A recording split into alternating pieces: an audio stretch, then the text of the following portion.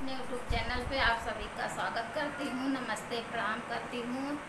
मैं एक सावन का कजरी गीत लाई हूँ। लाइक करना, सब्सक्राइब करना, शेयर करना, हमारे चैनल को आगे बढ़ाना, अपना प्यार दुलार आशीर्वाद देना। हमारे नए चैनल है, कमेंट में बताना हमारा ये गीत कैसा लगा। सखी जौनपुर जिला के बड़ा नाम बा, जहाँ शीतला धाम बाना। सखी जौनपुर जिला के बड़ा नाम बा, जहाँ शीतला धाम बाना। सई गोमती के तीर बसुई बरना के नीर, यहाँ पीली नदी के बड़ा नाम बा, जहाँ शीतला धाम बाना। जहाँ पीली नदी के बड़ा नाम बा, जहाँ शीतला धाम बाना।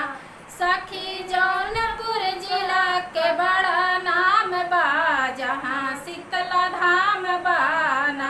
राज हिंद वे उपनाम है, अटान बड़ी सांग चला देख शाही पुल पर दुकान बा, जहाँ शीतला धाम बाना। चला देख शाही पुल पर दुकान बा, जहाँ शीतला धाम बाना।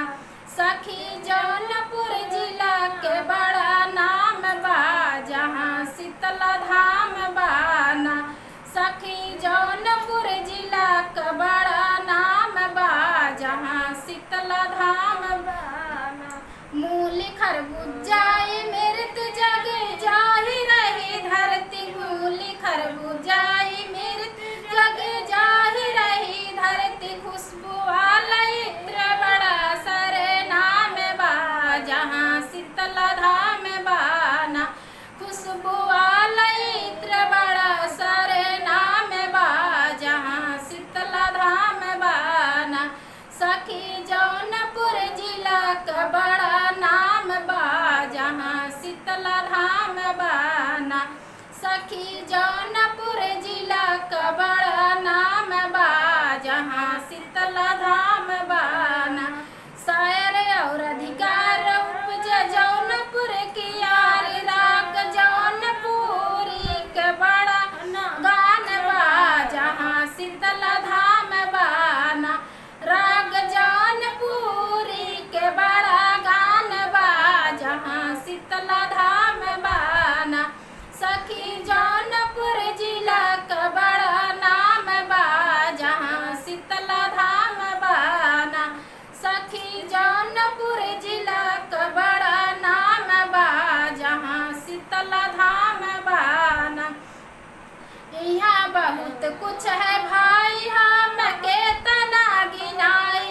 यहाँ बहुत कुछ है भाई, हम केतना गिनाई। प्रेम मन में प्रेम भावई है पहचान बा, जहाँ शीतला धाम बाना। सब में प्रेम भावई है पहचान बा, जहाँ शीतला धाम बाना। सखी जौनपुर जिला में बड़ा नाम बा, जहाँ शीतला धाम बाना।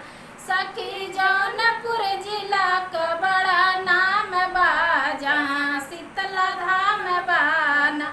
गावे कजरी संगीत मन में राख सबसे प्रीत, गावे कजरी संगीत मन में राख सबसे प्रीत। जिला जौनपुर में जय कर निवास बा, जहाँ शीतला धाम बाना।